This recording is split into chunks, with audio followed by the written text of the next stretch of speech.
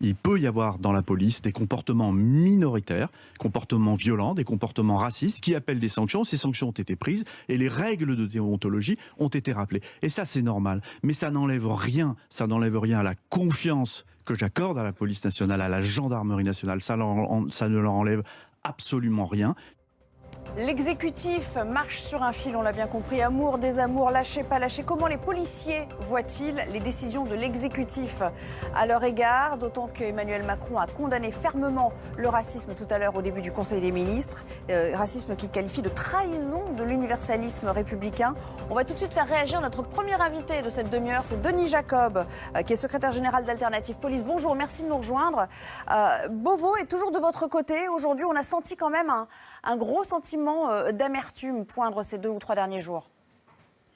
Complètement, parce que je viens d'entendre les déclarations de Laurent Nunez. Alors faire des déclarations d'amour, c'est bien, on apprécie, mais des preuves d'amour, c'est mieux, parce qu'à chaque fois, on nous dit on a confiance en vous, on fait tout pour vous soutenir, mais dans les actes, c'est tout le contraire. Et là, il y a une bronca dans les services de police. Enfin, moi, je peux vous dire que depuis 48 heures, depuis les annonces de Christophe Castaner, il y a une colère non dissimulée dans les services de police, parce qu'à chaque fois qu'il y a une polémique, à chaque fois qu'il y a un fait de société, tout de suite, c'est la police qui est responsable et on dit, ben voilà, on prend des mesures et on va retirer tel ou tel moyen qui permet aux policiers de travailler dans de bonnes conditions. À l'inverse, on aimerait, nous, qu'il y ait des annonces aussi fortes, des conférences de presse et des prises de position dures comme cela a été ces 48 heures, quand ce sont des policiers qui sont insultés et agressés. Mais ça, on n'en a jamais. Donc au bout d'un moment, les policiers en ont marre d'être des boucs émissaires, d'être des faire-valoir à chaque fois qu'il y a un problème dans notre pays et où la réponse du politique, c'est de dire eh bien, on va changer la méthode, on va réformer la police nationale.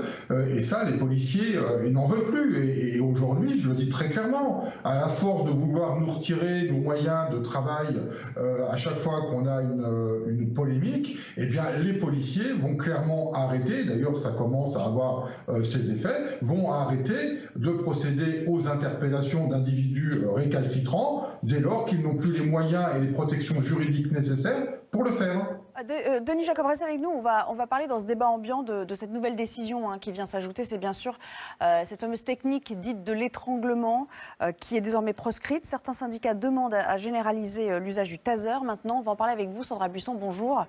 Dans quelles conditions pourrait-on l'utiliser, ce fameux pistolet ? Pistolet à impulsion électrique, une arme de force intermédiaire qui envoie une décharge de 50 000 volts et ça provoque une paralysie musculaire momentanée. L'individu entend ce qui se passe, voit, mais ne peut pas bouger. Ça permet aux agents de le menotter. Selon le rapport de l'IGPN en 2019, il a été davantage utilisé, ce pistolet, plus 29% à raison de 2349 tirs. La règle, c'est l'utilisation par le policier en état de légitime défense. Quand l'emploi de la force est nécessaire et proportionnée, il s'utilise de 2 façons, soit à distance, qui permet qu'un individu lâche son arme ou son couteau, par exemple, sans que le policier ait besoin d'aller au contact avec lui. L'autre utilisation, effectivement, de ce pistolet, c'est au contact quand le pistolet touche l'individu. C'est nécessaire quand le suspect, par exemple, a été amené au sol, mais que le menottage est toujours impossible, même avec les prises manuelles habituelles. Est-ce que ça comporte des risques, cette utilisation ? Il y a d'abord un premier risque, celui de se blesser pendant la chute, au moment où l'individu est paralysé. L'autre danger, c'est celui pointé notamment par Amnesty International, c'est le risque cardiaque pouvant mener jusqu'à la mort. Dans un rapport de 2008 actualisé en 2012, l'organisation estimait qu'entre 2001 et 2012 aux États-Unis, dans au moins 50 cas, cette arme était la cause directe du décès ou un facteur aggravant, selon les rapports des médecins légistes qui avaient été consultés. En France, l'an dernier, une personne est décédée après l'utilisation du pistolet à impulsion électrique, mais le rapport de l'IGPN précise qu'il n'est pas établi que c'est la cause de la mort. Merci Sandra. Denis Jacob, vous l'avez entendu, Sandra Buisson, la prise par le cou ou technique d'étranglement, il faut laisser tomber. Est-ce que vous faites partie de ceux qui veulent des pistolets à impulsion électrique, que ce soit généralisé aujourd'hui ?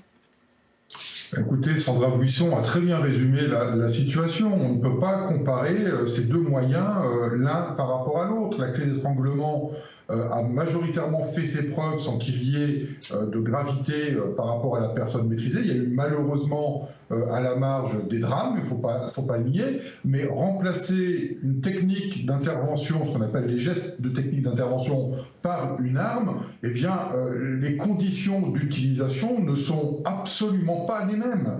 Et au-delà même de l'utilisation du pistolet à impulsion électrique, il y a tout ce qui l'entoure, le cadre juridique, Sandra Buisson l'a rappelé, les règles de la légitime défense, mais aussi la nécessité systématiquement, une fois qu'on a utilisé cette arme, de faire appel aux pompiers, parce qu'il y a des risques physiques pour une personne qui a fait l'objet de l'utilisation. Hein, on le rappelait à l'instant, notamment, il y a des affaires par le passé de décès par arrêt cardiaque.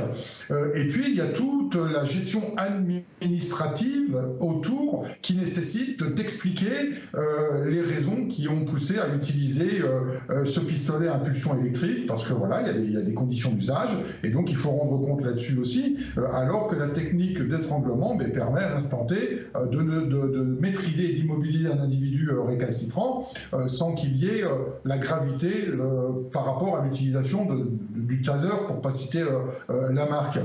Donc voilà, donc moi je dis, c'est une fausse bonne idée. Que l'on puisse revoir certains gestes de technique d'intervention, si c'est clairement établi que dans la grande majorité de son utilisation, c'est dangereux, on n'y est pas opposé, mais qu'on nous donne d'autres moyens, d'autres gestes de technique d'intervention plus sécurisés au niveau de l'intégrité physique pour les personnes que l'on interpelle. Mais en l'état actuel, il est clair que si on nous interdit cette méthode-là, ce n'est pas le pistolet à impulsion électrique qui va changer le problème. Et donc dans ce cadre-là, les policiers, moi je leur dis, ne prenez pas de risques inconsidérés, vous vous mettez en difficulté juridique et donc n'interpellez pas, c'est clair. Denis Jacob, un autre aspect du débat, si vous le voulez bien, on a évoqué ces tags qui avaient été aperçus, des tags anti-flics qui ont été mis à jour hier et avant-hier, des slogans assez forts. C'est votre quotidien en fait, on met l'accent dessus en ce moment parce qu'on en parle beaucoup, mais ça ce sont des choses que les agents voient tous les jours sur leur passage ? Bien sûr que les tags anti-flics existent au quotidien, et c'est bien notamment pour cette raison qu'on a toutes les difficultés du monde à travailler dans de bonnes conditions dans les quartiers dits difficiles. Les collègues sont très vite identifiés. Il n'est pas rare que l'on ait pu connaître jusqu'à l'inscription des noms mêmes de nos collègues sur les murs, que certains d'entre eux soient suivis jusqu'à leur domicile, que certaines familles aient pu être inquiétées, et ça reste peut-être encore à la marge, et fort heureusement, mais où on a été obligé aussi de prendre des mesures vraiment draconiennes pour la sécurité de certains de nos collègues et de leurs familles, en les mutant carrément ailleurs, parce qu'il y avait un danger grave pour leur intégrité physique. Donc oui, c'est le quotidien. Malheureusement, on n'en parle que rarement, ou quand on a des faits divers graves, mais c'est le quotidien, et c'est malheureusement pas nouveau, ça fait des décennies que ça existe. J'aimerais quand même vous faire réagir à un article que j'ai lu personnellement hier, un article d'un de nos confrères de la presse écrite qui revient dans le détail sur l'arrestation de 4 jeunes à Vitry-sur-Seine, des ados. Vous avez forcément eu connaissance de cette affaire. Les parents ont porté plainte. Il y a eu des abus, semble-t-il. Le délit de faciès, ça n'existe vraiment pas, même quand on n'a pas de raison d'interpeller quelqu'un ? C'est pas en tous les cas quelque chose qui existe de manière institutionnalisée dans la police nationale. Je le dis depuis le début de cette polémique, et je suis certainement la seule à représenter la seule organisation syndicale à le dire. Le racisme et les violences policières, elles sont marginales, et quand bien même elles sont marginales, elles n'ont pas leur place dans la police nationale. Donc dire qu'il y a du contrôle au faciès, non. Dire qu'il y a des comportements individuels condamnables, oui.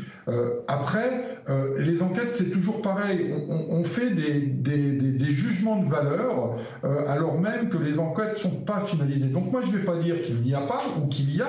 Moi, je m'en remets toujours à la finalité d'une enquête, et ensuite je prends les positions dans le cadre de la défense de mes collègues quand ils doivent être défendus alors qu'ils n'ont rien à se reprocher. Donc voilà, le contrôle au faciès, on en parle parce qu'on a eu le rapport du défenseur des droits, mais un rapport qui se base sur des enquêtes que je considère très partiales, parce qu'elles ont été conduites dans des endroits où malheureusement ce sont des endroits qui brassent une mixité sociale et de toute origine, la gare du Nord, Barbès, voilà, donc forcément il y a des endroits en France, et notamment sur Paris, où il y a une plus forte proportion de population dite de couleur, mais je le répète, ce sont des Français, mais de couleur, et donc parce qu'il y a une plus grosse proportion de cette population-là qui transite dans des endroits, il y a forcément une plus forte proportion à ce qu'ils soient contrôlés par rapport à d'autres endroits de France. Et puis je rappelle que ces rapports et ces enquêtes ont été menées dans des endroits où il y a effectivement beaucoup de contrôles de police, parce qu'il y a aussi des faits de délinquance qui sont signalés, et notamment des faits de trafic de stupéfiants. Merci beaucoup, Denis Jacob, d'avoir donné votre point de vue cet après-midi et longuement sur l'antenne de CNews.